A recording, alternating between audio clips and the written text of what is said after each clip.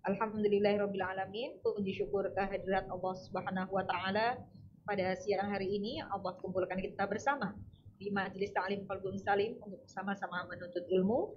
Dan tak lupa sholawat serta salam kita sampaikan kepada Rasulullah Sallallahu Alaihi Wasallam. Allahumma sholli wa sallim wa barik alaihi. Pada pertemuan kita siang hari ini, insya Allah bahasan kita adalah sebab-sebab doa yang tidak terkabul. Marilah sama-sama kita buka kajian kita pada siang hari ini dengan membaca basmalah. Bismillahirrahmanirrahim. Pada saat kami persilahkan.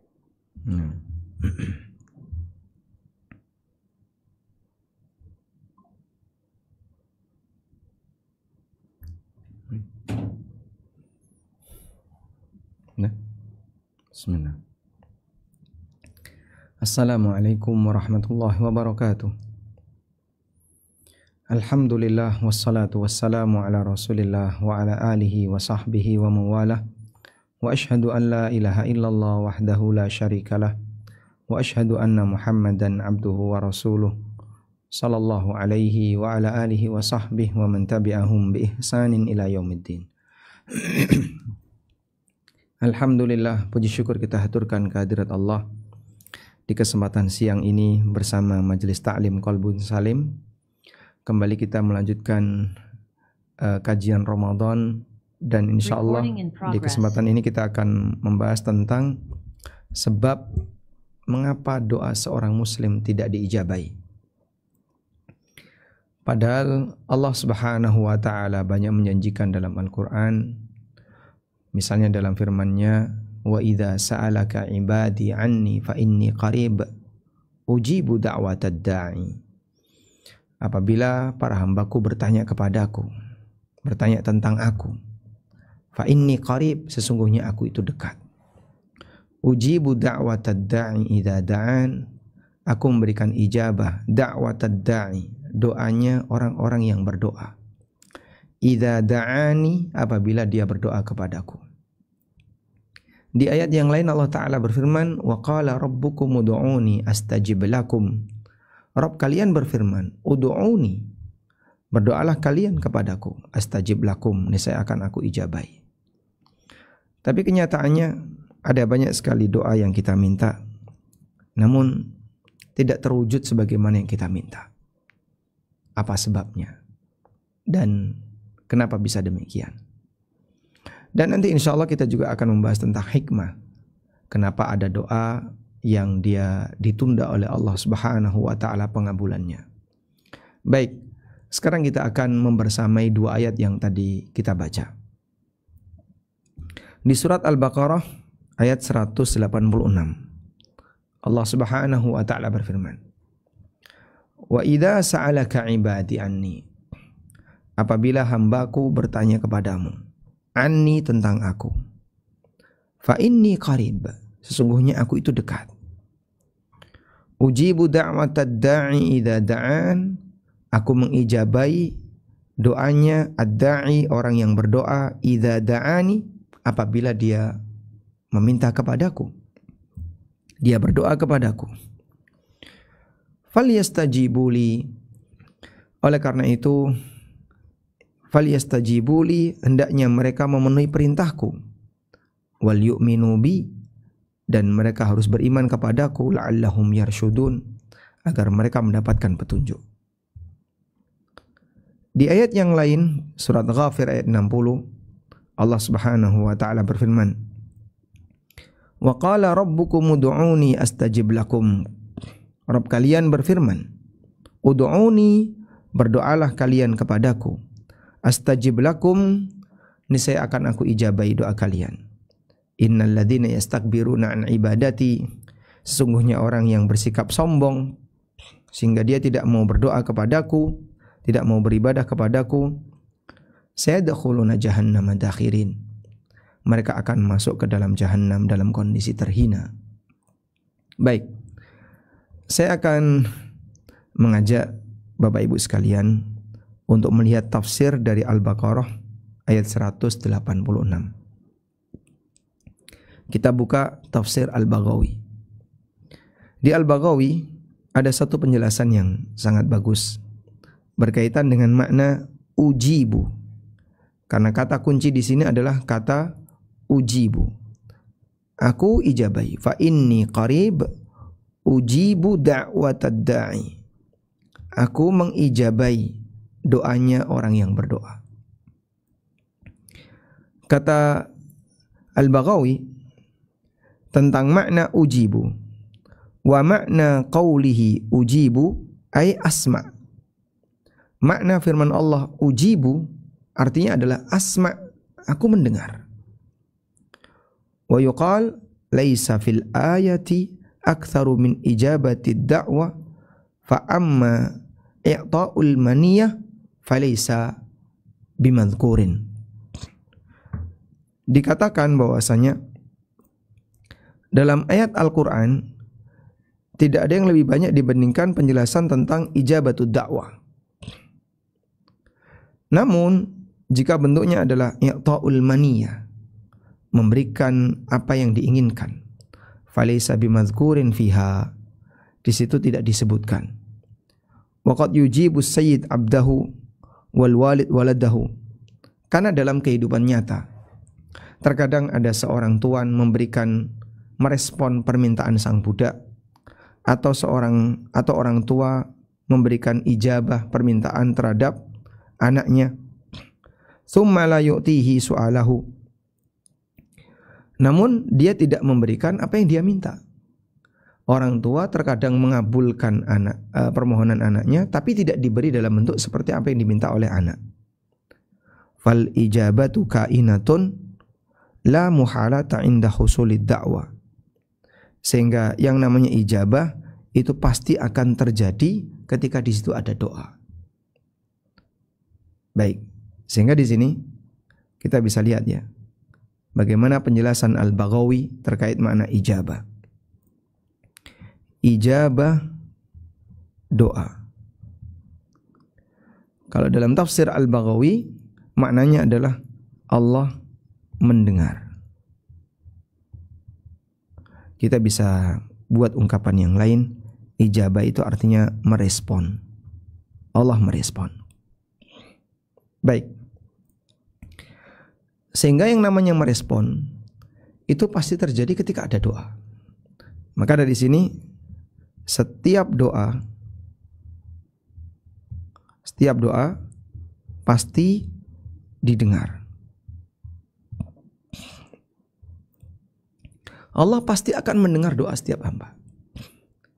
Sehingga kata beliau, fal ijabatu kainatun, yang namanya ijabah doa itu selalu ada, la muhalata inda husulid da'wah. Sehingga tidak mungkin bisa dihindari sepanjang di sana ada doa. Maka siapapun yang berdoa pasti didengar oleh Allah Subhanahu wa taala. Karena mana ijabah di sini adalah mendengar atau merespon setiap doa. Baik. Selanjutnya, karena bentuknya merespon, maka merespon itu bisa bentuknya diberi sesuai yang diminta. Sesuai yang diminta. Bisa juga bentuknya diberi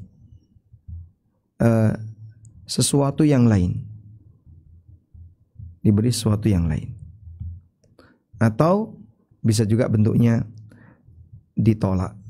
Karena tolak itu bagian dari respon. Yang penting kan direspon. Bisa juga ditolak. Sehingga ada doa yang ditolak, ada. Dan ditolak ini juga bagian dari respon. Respon ditolak. Respon penolakan. Dan Allah tidak salah ketika Allah tidak memberi apa yang diminta oleh hamba. Karena dia zat yang maha kuasa atas segala sesuatu. Dan dia zat yang maha perkasa, sehingga hamba tidak bisa mengendalikannya. Selanjutnya, kita lihat di sini. Maka yang namanya istijabatud doa itu tidak harus diberi sesuai dengan apa yang diminta. Nah, ini dijelaskan oleh Nabi SAW bahwa doa itu dikabulkan atau direspon dengan 3 pilihan ketika doa itu dikabulkan. Sehingga respon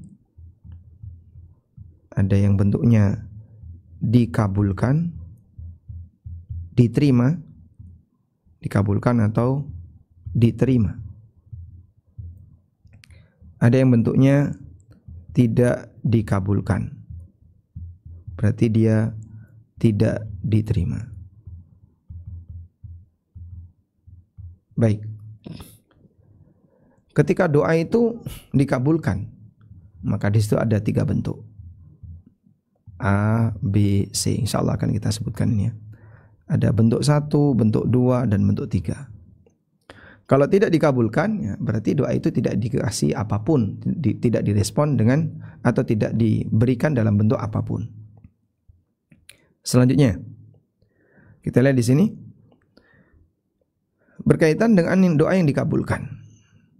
Dari Abu Sa'id Al-Khudri radhiyallahu anhu, Nabi SAW bersabda, "Ma min muslimin yad'ullaha bida'watin." Setiap muslim yang berdoa kepada Allah dengan doa tertentu, laisa fiha ithmun wala qati'atu rahimin, tidak mengandung dosa atau memutus silaturahmi, illa a'tahu Allahu biha ihda thalathin, kecuali akan Allah berikan kepadanya salah satu dari 3 hal. Imma ayu ajjila lahu da'watahu. Yang pertama, Allah akan segerakan mengabulkan doanya sehingga Allah kasih dia sesuai apa yang dia minta. Wa imma ayyaddakhiraha lahu fil akhirah.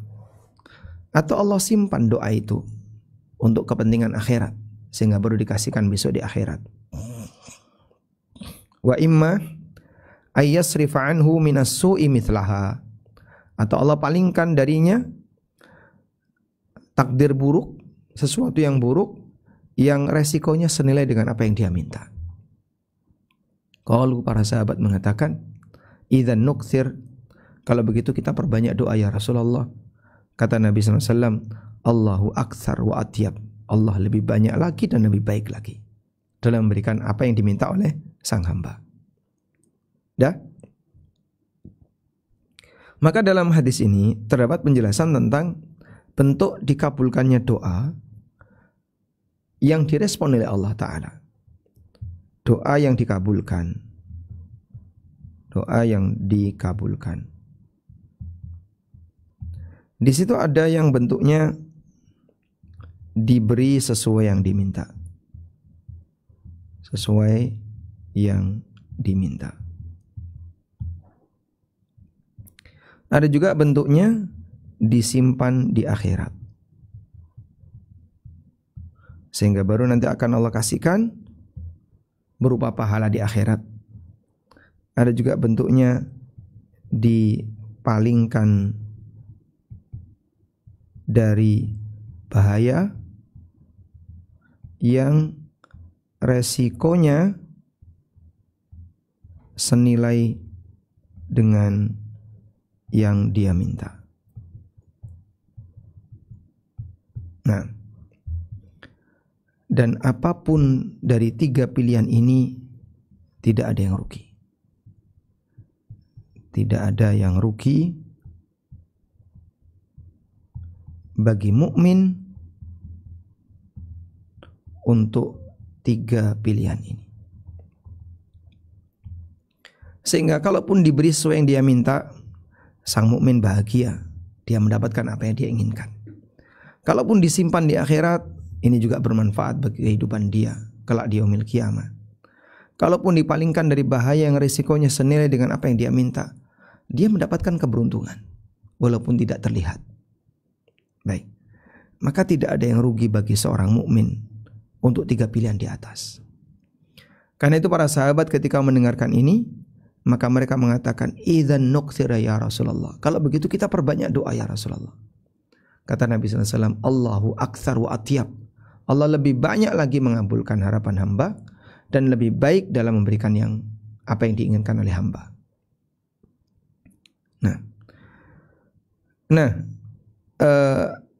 pandangan sebagian orang mereka menyangka bahwa kondisi dua, jadi anggapan, kita tulis anggapan masyarakat. Anggapan masyarakat, kondisi 2 dan 3 itu dianggap doa ditolak. Ya. Karena nggak kelihatan, sehingga disimpan di akhirat atau dipalingkan dari bahaya yang resikonya senilai dengan apa yang dia minta, itu dianggap doa ditolak. Ya. Dianggap doanya ditolak. Padahal sebenarnya doanya tidak ditolak. Allah Subhanahu wa ta'ala wujudkan doa itu dalam bentuk yang lain, tapi dia nggak tahu. Simpan di akhirat, orangnya nggak tahu. Dipalingkan dari mara bahaya, dia nggak merasa kalau sebenarnya ini adalah bentuk pengabulan doa dia yang dia panjatkan sebulan yang lalu, sepekan yang lalu. Nah, oleh karena itu hal penting yang perlu kita ingat adalah jangan sampai ini terjadi, karena bisa jadi ini masuk kategori suudzon kepada Allah. Ya. Seperti ini dilarang dengan dengan peringatan jangan suudzon kepada Allah. Sebenarnya Allah telah memberi, Allah telah mengijabai, tapi dia suudzon kepada Allah, sehingga dia menyangka kalau doanya ditolak. Cuman karena dia nggak tahu, akhirnya dia suudzon seperti itu.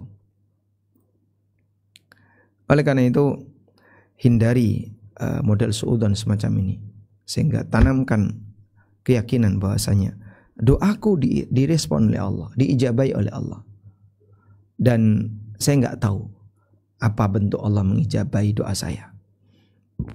Sehingga kita tanamkan satu prinsip, husnudzon kepada Allah. Jangan suudzon kepada Allah, di mana kita menganggap doa kita ditolak, padahal sebenarnya apa tadi? Direspon dalam bentuk yang lain. Nah, dari sinilah Nabi SAW mengajarkan bahwa ketika kita berdoa selalu iringi dengan husnudzon. Selalu iringi dengan husnudzon. Dan husnudzon dalam berdoa itu adalah diiringi dengan yakin dikabulkan.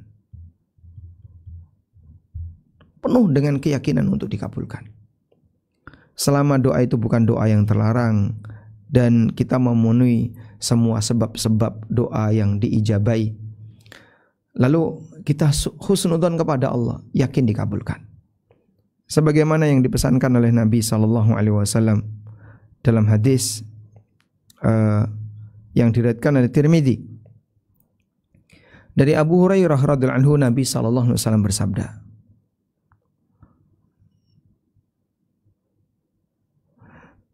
ini kebalik ya.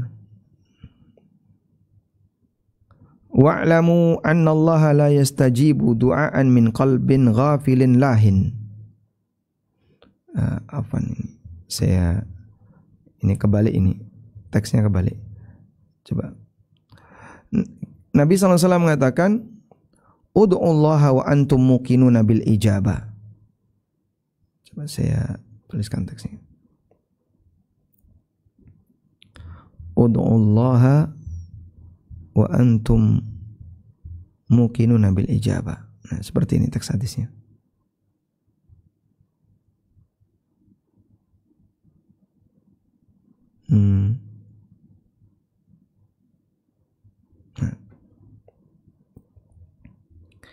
Dalam hadis yang sahih riwayat Tirmidzi, Al-Bazzar dan yang lainnya, Rasulullah SAW bersabda, "Ud'ullaha wa antum muqinuna bil ijabah."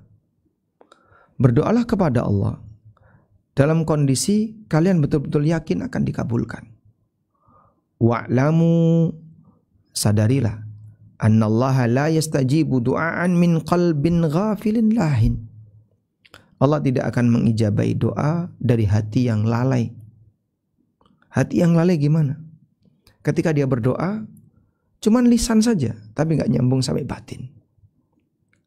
Ada banyak sekali orang yang berdoa, cuman ringan di lisan.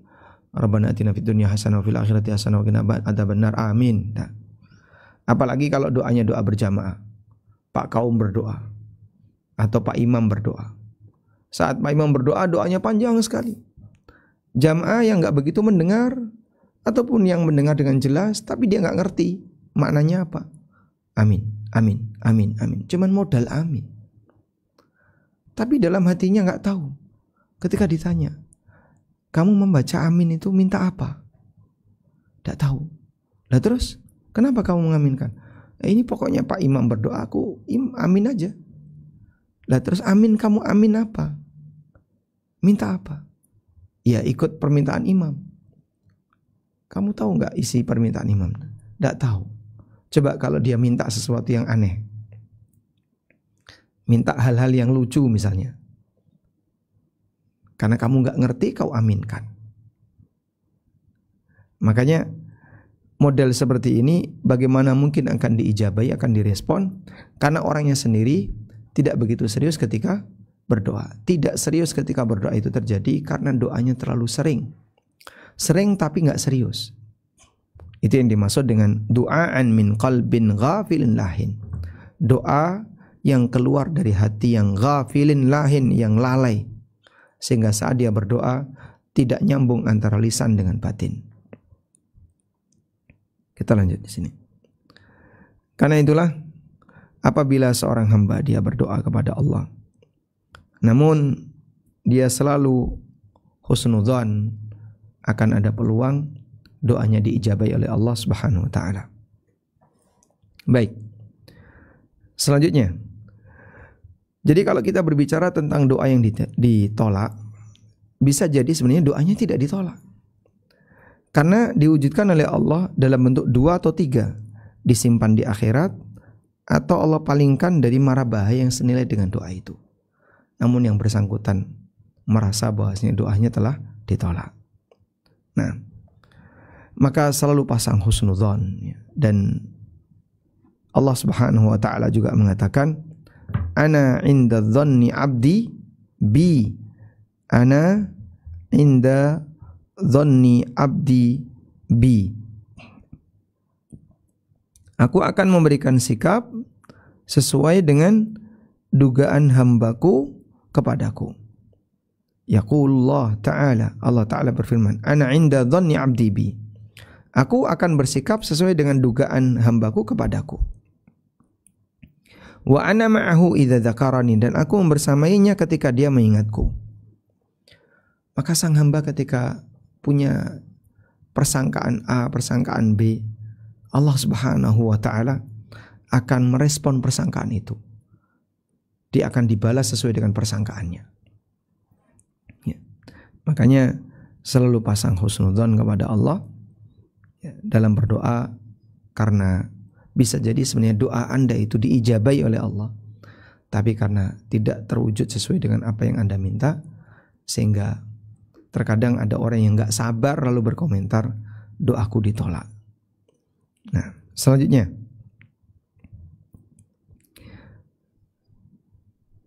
kemudian hal penting yang perlu kita perhatikan di sini adalah ada perbuatan yang menyebabkan doa itu jadi ditolak.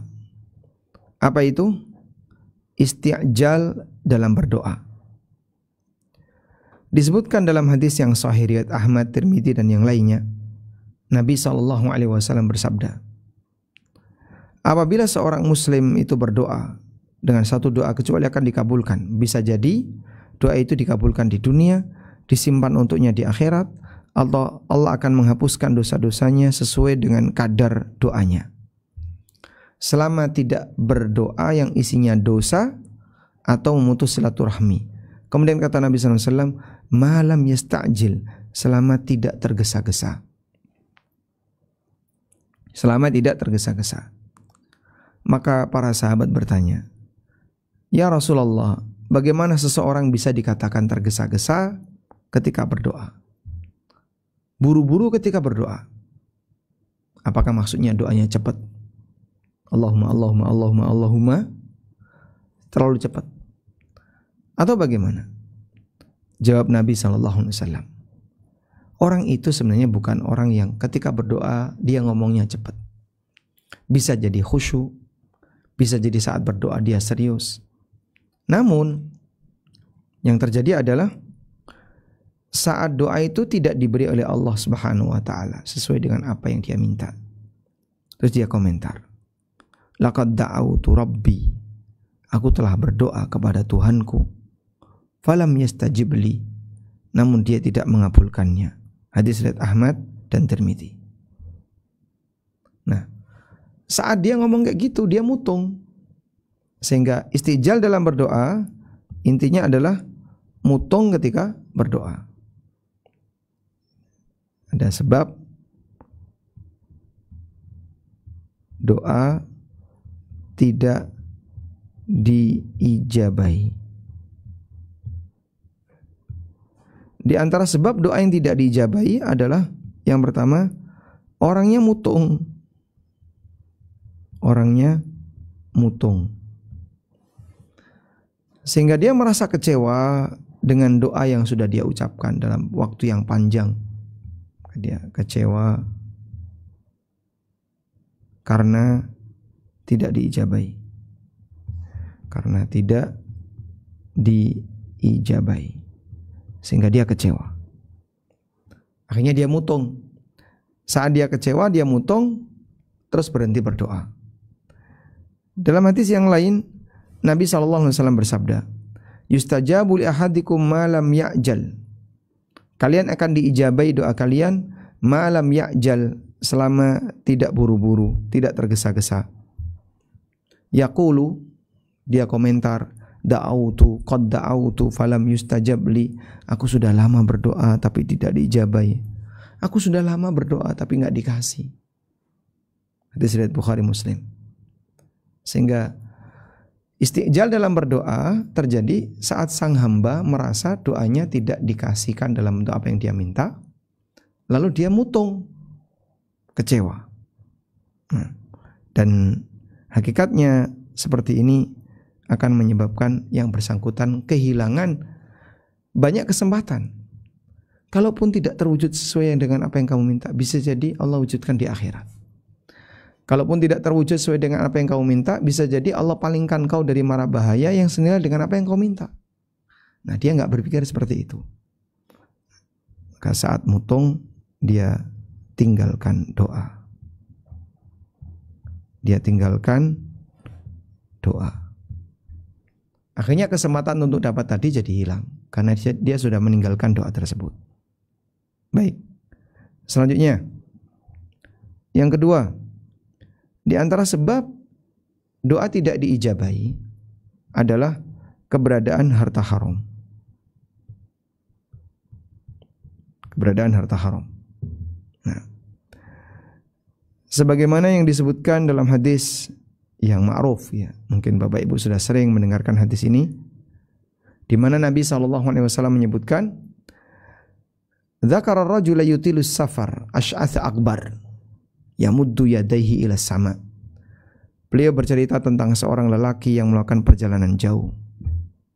Rambutnya kusut dan berdebu.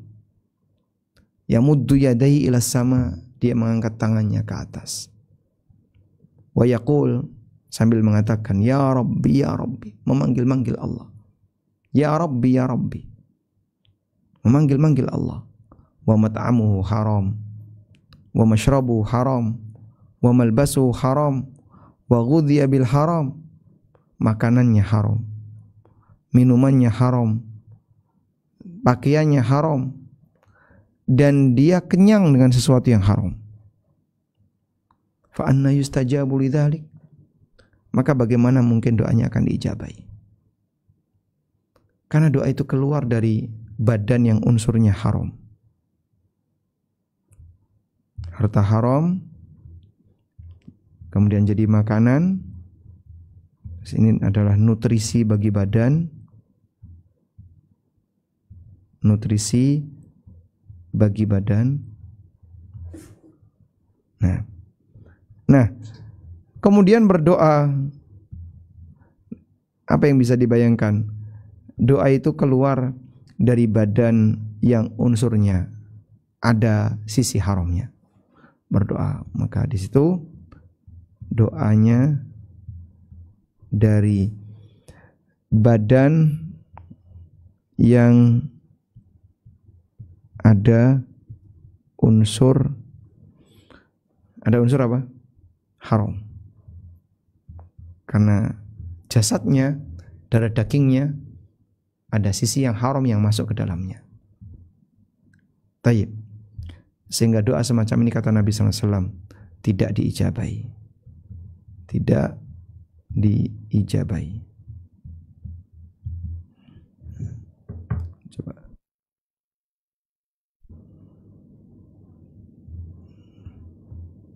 Baik, tunggu sebentar.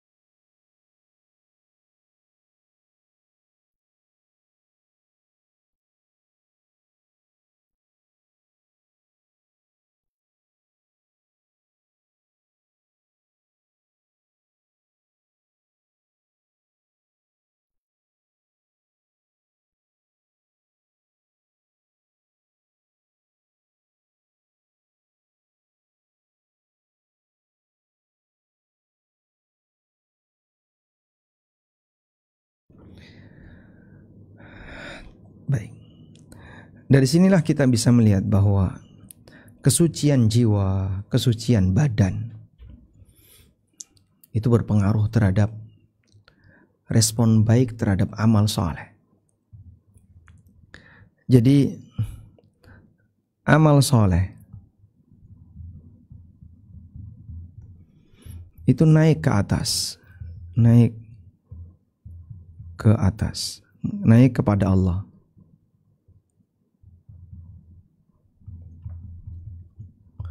Sebagaimana yang Allah tegaskan dalam Al-Quran, ilaihi yas'adul kalimut tayyib wal amalus salih yarfa'uhu. Allah mengatakan seperti ini. Di surat Fatir ayat 10. Man kana yuridul izzata falillahil izzatu jami'a. Ilaihi yas'adul kalimut tayyibu wal amalus salihu yarfa'u. Man kana yuridul izzah, barang siapa yang menghendaki kemuliaan, falillahil izzatu jami'a, semua kemuliaan itu milik Allah. Ilaihi yas'adul kalimut tayyib, kalimat-kalimat tayyibah, kalimat-kalimat yang baik itu naik menuju Allah. Wal amalus salihu yarfa'u, dan amal saleh diangkat oleh Allah. Maka sesuatu yang baik itu harus bersumber dari yang baik. Dari jasad yang baik, dari makanan yang baik, dari pakaian yang baik, dari tutur kata yang baik, perilaku yang baik. Karena ini mau naik menuju zat yang maha baik. Dan Allah tidak akan menerima kecuali yang baik. Innallaha tayyibun la yaqbalu illa tayyiban. Allah zat yang maha baik, dan Allah tidak menerima kecuali dari sesuatu yang baik. Oleh karena itu, saat amal soleh itu naik menuju Allah, maka pastikan amal soleh, baik yang bentuknya gerakan maupun yang bentuknya bacaan, ini harus yang terbaik dari jasad yang baik. Harus yang terbaik dari jasad yang baik. Sehingga kalimatnya harus baik, gerakannya harus baik, yang keluar harus baik, karena mau naik kepada zat yang maha baik. Dan Allah hanya menerima yang baik, sebagaimana ditegaskan dalam hadis, innallaha thayyibun la yaqbalu illa thayyiba. Allah zat yang maha baik dan Allah tidak menerima kecuali yang baik. Nah, dari situlah kenapa ibadah seseorang yang makanannya haram bisa jadi nggak ada pahalanya. Karena Allah tidak sudi menerima ibadah dari orang yang badannya, unsurnya haram. Dan haram itu menjijikkan, haram itu kotor. Wallahu a'lam. Selanjutnya, di antara yang menyebabkan doa tidak diijabahi adalah tadi, nggak yakin bakal dikabulkan. Maka Nabi SAW ingatkan, kalau berdoa iringi dengan penuh keyakinan.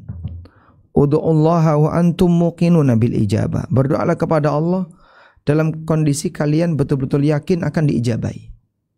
Iringi doamu dengan penuh yakin. Yakin akan dikabulkan. Nah, berlatih kekuatan yakin itu tidak mudah. Bagi sebagian orang yang coba-coba, adalah saya coba berdoa, dikabulkan, alhamdulillah, enggak juga enggak apa-apa. Maka bagaimana mungkin doanya akan diijabahi oleh Allah? Wong dia sendiri juga enggak begitu butuh. Enggak dikabulin juga enggak apa-apa. Nanti saya juga bisa cari yang lain. Bagaimana mungkin akan diijabahi? Sementara dirinya sendiri tidak merasa butuh dengan doa itu. Maka ditegaskan oleh Nabi SAW, berdoalah kepada Allah dalam kondisi antum muqinuna bil ijabah. Kalian betul-betul yakin diijabahi.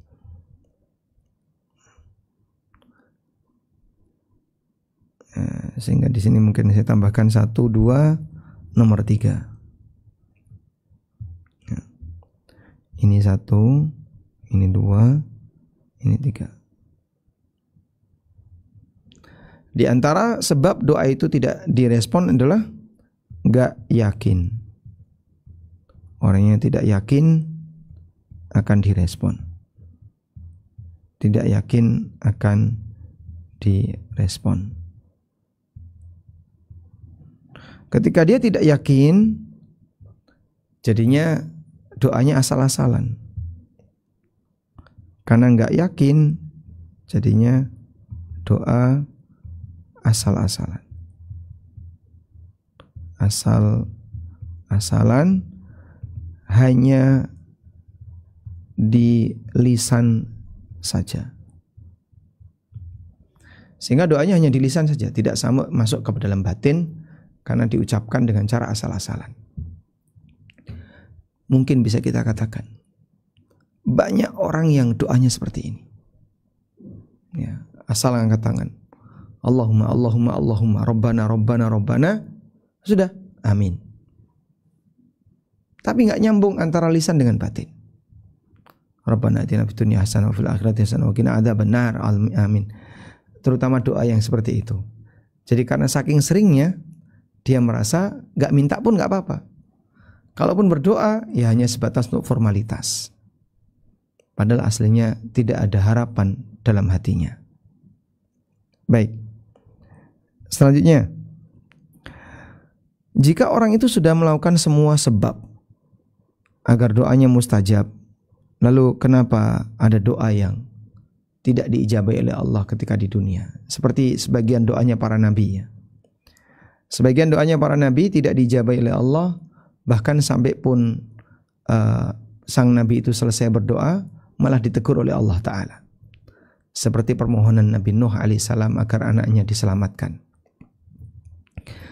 Lalu apa hikmahnya untuk doa yang tertunda?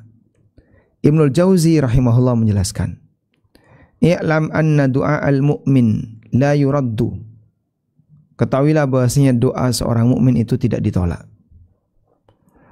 Ghaira annahu qad yakunul awla lahu ta'khirul ijabah.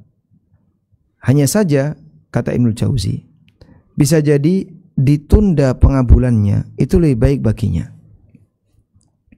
Au yu'awwidu bima huwa aula lahu ajilan au ajilan. Atau Allah gantikan dengan sesuatu yang lebih baik, baik di dunia maupun di akhirat. Fayambagi lil mu'min alla yatruka talab min rabbih. Oleh karena itu, selayaknya bagi seorang mukmin untuk tidak meninggalkan doa. Fa innahu muta'abbadun bid-du'a kama huwa muta'abbadun bit-taslim wat tafwid. Karena seorang hamba itu diminta untuk beribadah kepada Allah dengan doa, sebagaimana dia diminta untuk beribadah bit-taslim wat tafwid dengan sikap pasrah dan tawakal kepadanya. Jadi di situ ada dua ibadah dalam doa.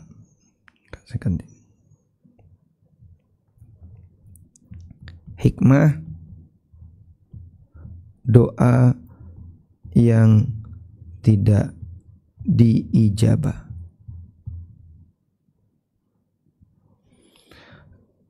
Hikmah untuk doa yang tidak diijabah. Pada posisi doa yang tidak diijabah, di situ sebelumnya ada dua hal yang perlu dibedakannya. Jadi anggaplah ini sebuah titik pembeda, sisi pembeda. Nah, di sini orang berdoa, kemudian di sini ada hasil. Ada doa, ada hasil. Baik. Nah, dalam penjelasan Ibnu Jauzi, berdoa sendiri itu ibadah. Ini ibadah. Sehingga mohon kepada Allah, meminta kepada Allah itu ibadah. Lalu di sini ada hasil. Nah, dalam hasil itu kan ada dua kemungkinan. Ada dikasih sesuai yang diminta, dikasih sesuai yang diminta. Atau yang kedua, hasil itu yang kedua adalah tidak dikasih, tidak diberi sesuai yang diminta. Nah, hasil ada dua ini. Namun apapun itu, maka kita dianjurkan dalam menyikapi hasil adalah ridha dan taslim. Pasrah, ridha dan taslim. Nah, hasil dalam doa kemudian kita sikapi dengan ridha maupun taslim. Ini adalah bentuk ibadah. Maka seorang mukmin dia beribadah kepada Allah dengan doa. Dan dia beribadah kepada Allah dengan tawakal setelah berdoa. Maka tidak ada yang rugi walaupun doa itu tidak direspon oleh Allah Subhanahu wa taala. Nah, di saat itulah sebenarnya ada hikmah kenapa doanya tidak diijabahi. Agar yang bersangkutan bisa beribadah berupa ibadah ridha dan taslim. Pasrah. Nah, kita lanjutkan. Kemudian kami kutipkan keterangan Ibnu Qayyim dalam Miftah, dalam keterangan beliau di Madarijus Salikin. Kata Ibnu Qayyim, alal abdi ayya'lama, kewajiban seorang hamba adalah dia harus tahu anna man Allahi subhanahu li abdihil mu'min bihi, bahwa Allah Subhanahu wa taala menahan sesuatu dari hambanya yang beriman, al-muhib lahu, yang mencintainya, ata'an wabtila'ahu iyyahu afiyatan. Itu sebenarnya adalah pemberian. Dan ketika Allah mengujinya, itu sebenarnya adalah bentuk kesehatan dan kebaikan baginya. Lalu beliau menyebutkan keterangan Sufyan Ats-Tsauri. Sufyan Ats-Tsauri berkata, mana Allahu ata'an li'annahu yamna'u an ghairi bukhlin wala adamin, faman'uhu ikhtiyarun wa husnu nadharin. ketika Allah menahan sesuatu, tidak mengabulkan doa, itu sebenarnya adalah pemberian. Sebab Allah menahan doa bukan karena pelit atau karena kekurangan. Kenapa sih saya minta bertahun-tahun biar dikasih uang untuk bisa nutupi utang, gak dikasih-kasih? Bukan karena Allah pelit, karena Dia zat yang maha kaya. Terus kenapa? Ya, di situ karena pilihannya adalah yang penuh hikmah dan kasih sayang. Ya. Demikianlah yang beliau katakan. Kemudian dikomentari oleh Ibnul Jauzi, wa hadza kama qala, dan demikianlah yang beliau sampaikan. Fa innahu subhanahu la yaqdi li 'abdihil mu'min qada'an illa kana khairan lahu. Bahwa Allah Subhanahu wa taala tidaklah menetapkan sesuatu bagi hambanya yang beriman kecuali itu adalah kebaikan baginya. Dan yang namanya kebaikan belum tentu sesuai yang diharapkan. Kemudian beliau melanjutkan, namun karena kebodohan dan ketidakadilan diri sendiri, seseorang hamba seringkali tidak menganggap sesuatu sebagai pemberian, sebagai nikmat atau keselamatan, kecuali segera menyenangkan dirinya dan sesuai dengan keinginannya. Saya minta ini gak pernah dikasih, saya minta ini gak pernah dikasih. Nah, karena dia gak tahu. Ibnu Qayyim mengatakan karena kebodohan dan ketidakadilan dirinya. Kebodohan dan ketidakadilan dirinya. Baik. Walau razaqa minal ma'rifah khata'an wafiran la'addi ni'matillahi alaihi fima yakrahuhu a'dhamu min ni'matihi alaihi fima yuhibbu. Ya. Kalau kemudian dia dikaruniai oleh Allah ilmu dan pemahaman yang mendalam, maka dia akan menyadari bahwa nikmat Allah dalam hal-hal yang dia benci sebenarnya lebih besar daripada nikmatnya dalam hal yang dia sukai. Jadi intinya di sini bahwa keberadaan hikmah, kenapa Allah Subhanahu wa taala tidak mengabulkan doa, itu adalah sebagai ujian bagi hamba agar sang hamba bisa melakukan amal ridho dan taslim tadi, sehingga dia bisa beribadah, ibadah ridho dan ibadah taslim. Wallahu a'lam. Baik, kesimpulannya di sini bahwa berkaitan dengan doa yang tidak dikabulkan. Berkaitan dengan doa yang tidak dikabulkan, di situ ada dua keadaan. Yang pertama adalah direspon namun dengan wujud yang berbeda. Respon dengan wujud yang berbeda. Dan tadi sudah kita sebutkan, di mana Nabi SAW menyebutkan orang ketika berdoa maka ada 3 kemungkinan. Nah, saat dia diberi dengan wujud yang berbeda, nah, bisa jadi dia nggak tahu, maka dikiranya tidak dikabulkan, padahal sebenarnya dikabulkan. Yang kedua, direspon dengan apa tadi?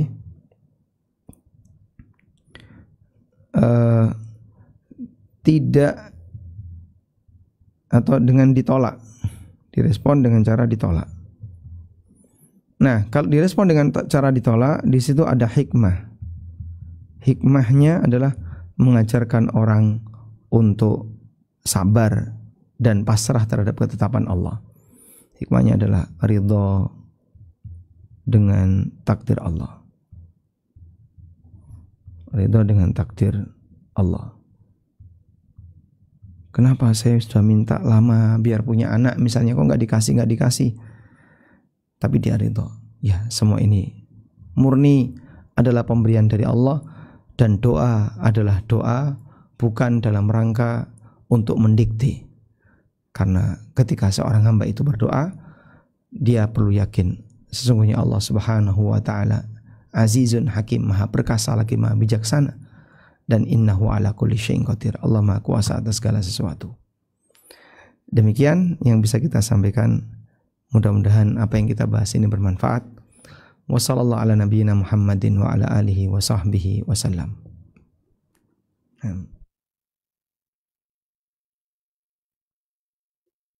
Alhamdulillahirabbil alamin. Jazakallah khairan Ustaz untuk materinya pada siang hari ini. Izin menyampaikan pertanyaan. Baik, coba ditunggu sebentar. Sebentar.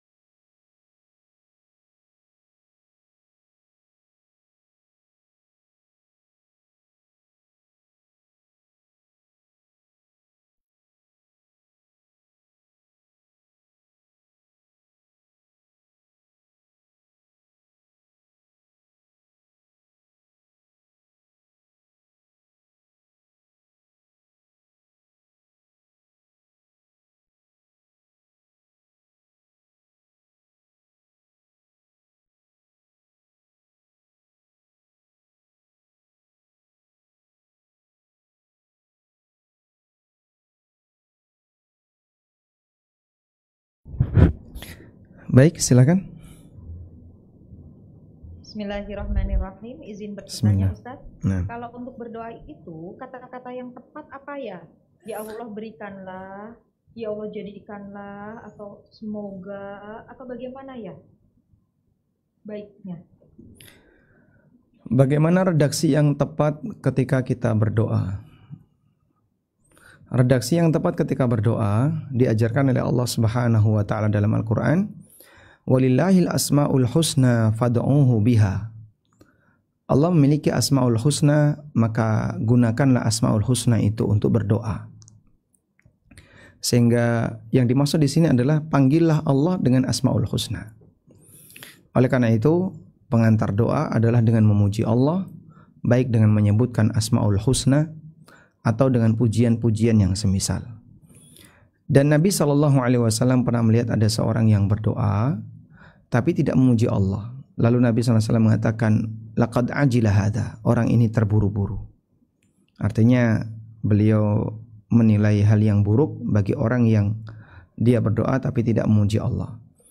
Pujian itu bisa bentuknya ya Allah, Rabbana, Allahumma, itu sebenarnya pujian. Rabbana, wahai Rabb kami. Kita memanggil Allah dengan sebutan Rabb.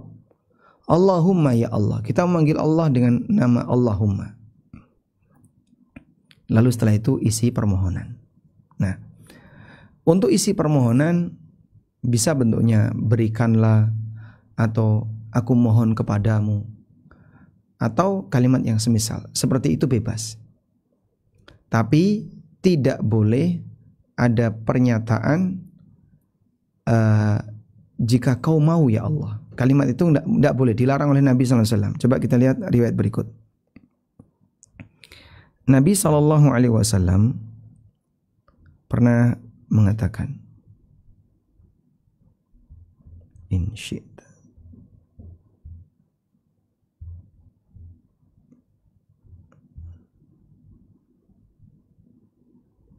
Allahumma gfirli.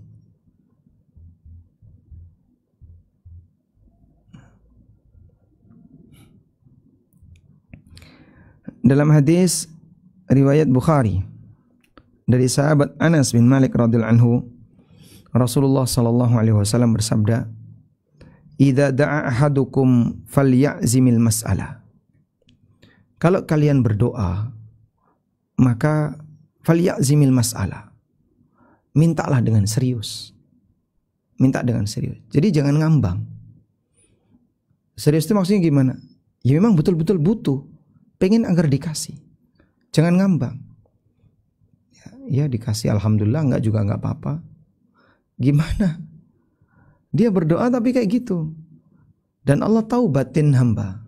Allah tahu lahir batin kita. Udahlah, enggak apa-apa, dikasih ya alhamdulillah, enggak dikasih juga enggak apa-apa. Enggak boleh kayak gitu.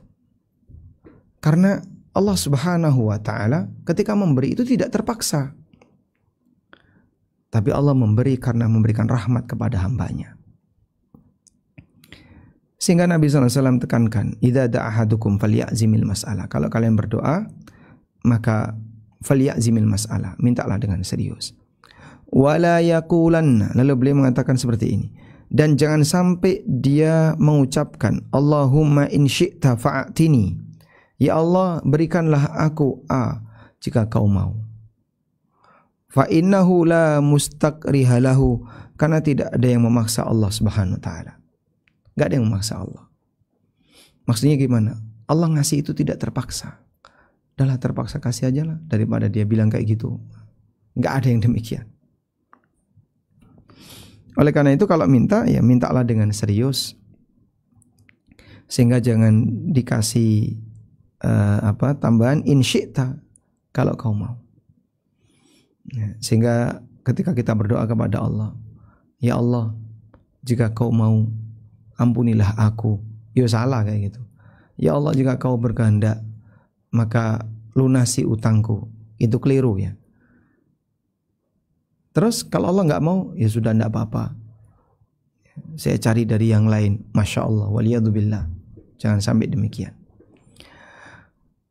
Nah, sikap yang benar gimana? Berdoa kepada Allah dengan meminta yang serius. Ya Allah, lunasi utangku ya Allah. Aku mohon kepadamu, ampuni dosaku. Aku mohon kepadamu ya Allah, berikan aku A, berikan aku B, sesuai yang Anda butuhkan. Silahkan, itu yang terbaik. Wallahu alam.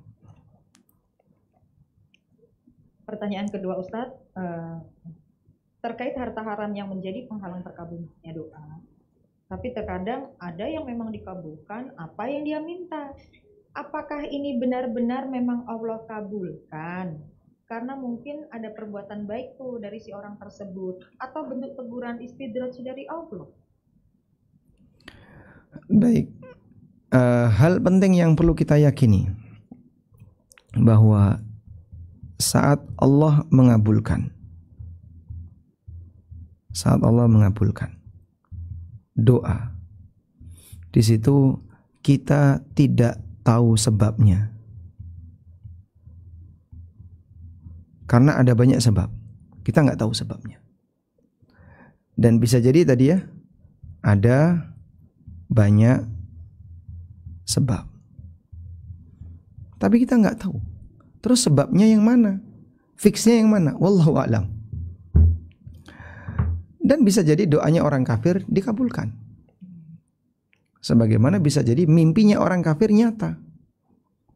Anda bisa lihat misalnya, mimpinya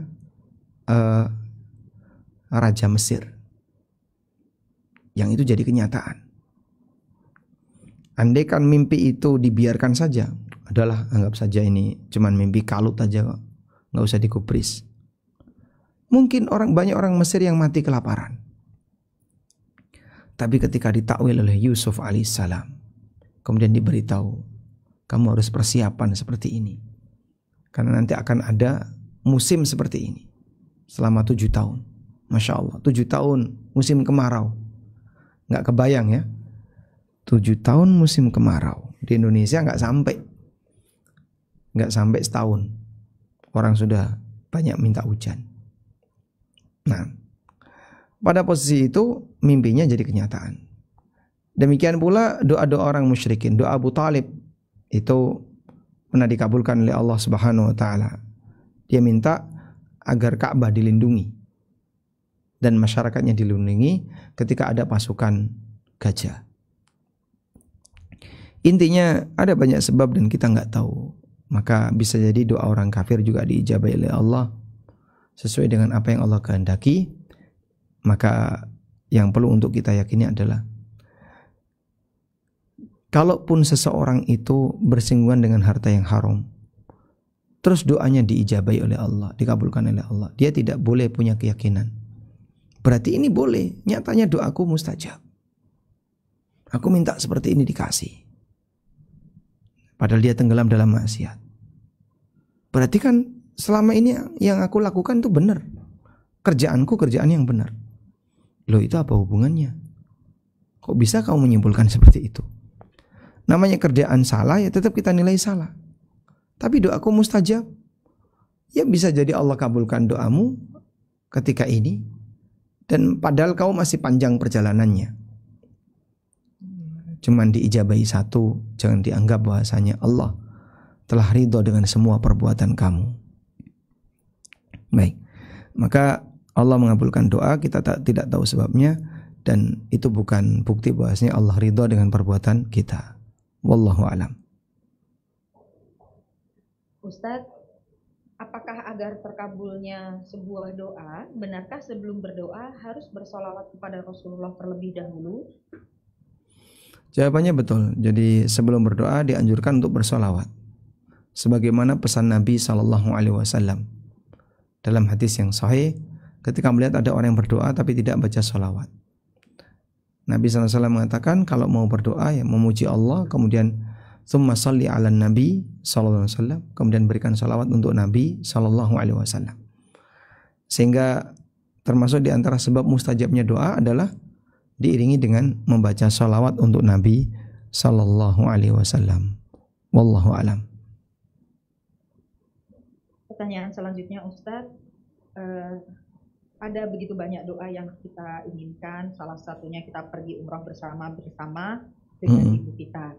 Tapi ibu kita tuh sekarang sudah sepuh, maaf dibilang pikun ya. Memang ada uangnya, bolehkah diumrahkan atau dibadalkan atau bagaimana baiknya? Insya Allah tidak masalah untuk dibatalkan. Jadi badal itu berlaku bagi orang yang punya kemampuan tapi dia tidak bisa berangkat umroh karena alasan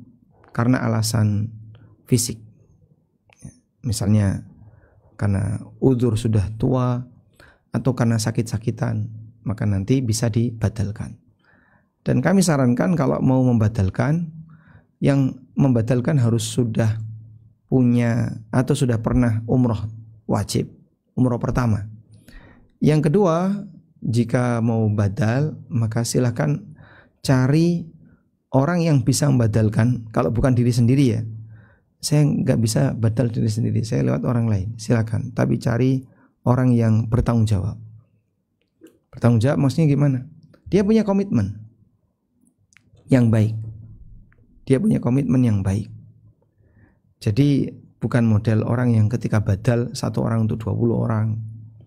Satu orang membadalkan 20 orang, tidak bisa. Badal itu harus sekali. Wallahu alam. Izin bertanya, sholawat itu banyak macamnya. Sholawat yang mana yang lebih afdol dengan pengabulan doa tadi?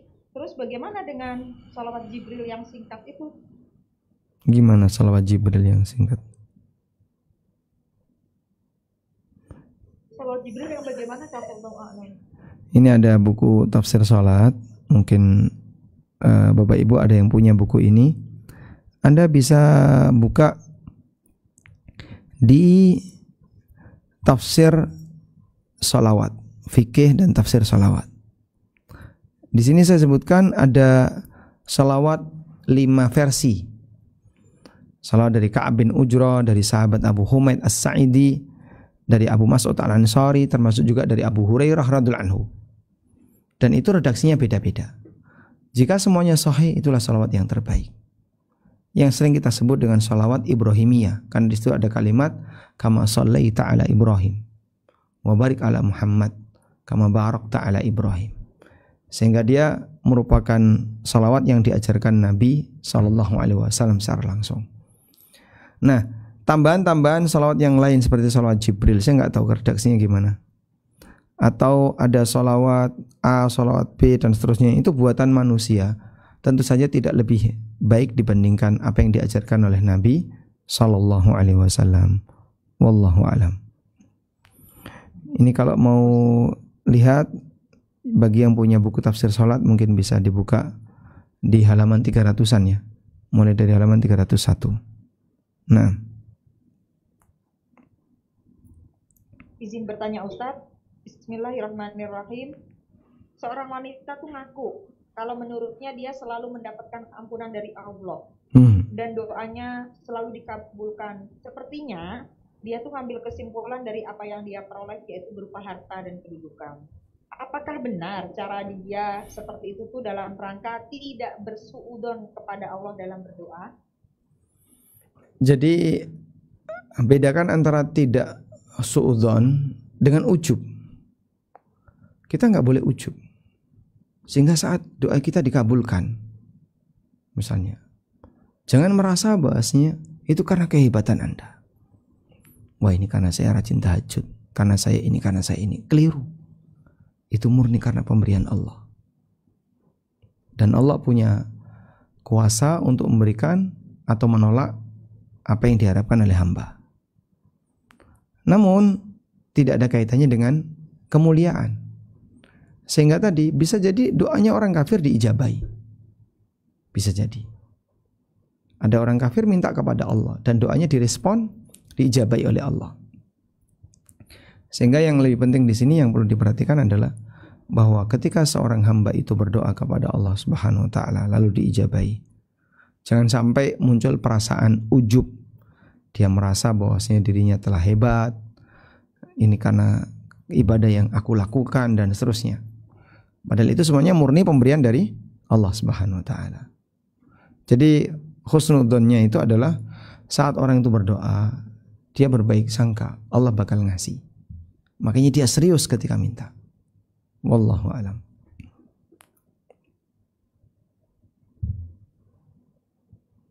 Baik, silakan. Tapi ketika misalnya ada pertanyaan atau pernyataan ya, saya bahagia loh kemarin doaku dikabulkan pas saya bla bla bla seperti ini, demi apa ya, mengajak orang lain biar kayak dia, itu bagaimana Ustaz? Kalau cerita pengalaman dia berdoa dikabulkan kepada orang lain dalam rangka at-tahadduts bin ni'mah. At-tahadduts bin ni'mah itu menceritakan kenikmatan kepada orang lain, insya Allah tidak masalah. Sehingga orang boleh cerita misalnya, alhamdulillah saya kemarin minta kepada Allah dikabulin. Tapi dalam rangka tahadduts bin ni'mah. Lalu ditiru oleh yang lain dengan banyak berdoa kepada Allah, insya Allah hal yang bagus. Wallahu a'lam. Belum ada pertanyaan yang masuk lagi, silakan Ustaz untuk kesimpulan. Baik. Jadi intinya anggapan bahwasanya doa itu tidak dikabulkan sebenarnya bentuknya beragam ya. Makanya kalau kita membahas apa sebab doa itu tidak dikabulkan, ya bisa jadi sebenarnya dikabulkan, tapi kita nggak tahu wujudnya. Yang tadi sudah kita sampaikan. Atau yang kedua, doa itu memang tidak dikabulkan. Nah, kalau yang kedua ini yang tidak dikabulkan, tadi kita sudah sebutkan beberapa sebabnya. Di antaranya adalah nggak terlalu yakin dikabulkan. Kemudian harta yang haram. Lalu terburu-buru ketika berdoa, isti'jal. Atau tidak serius, hatinya laghin, nggak nyambung antara lisan dengan batin, minta apa nggak tahu. Ini semuanya bisa menjadi sebab doa itu tidak direspon. Nah, bagi seorang mukmin yang doanya tidak direspon, seperti doa sebagian nabi yang tidak dikabulkan oleh Allah, bukan berarti Allah benci kepadanya, tapi tujuannya adalah untuk kebaikan dirinya. Dan ada hikmah yang besar di balik itu, agar sang hamba meyakini bahwa dia tidak bisa mengendalikan kehendak Allah, karena sejatinya yang dia lakukan hanyalah memohon dan bukan mendikte Allah Subhanahu wa taala.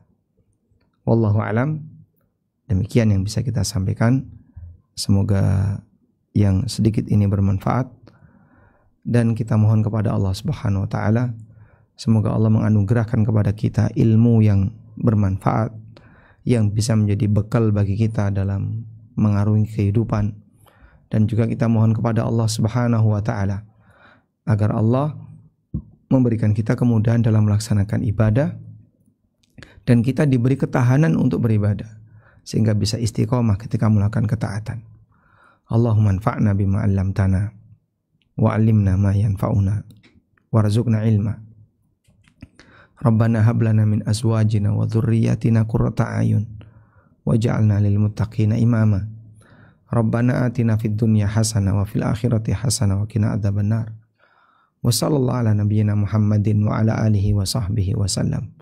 Wa akhiru da'wana anil hamdulillahi rabbil alamin. Wassalamualaikum warahmatullahi wabarakatuh. Waalaikumsalam warahmatullahi wabarakatuh.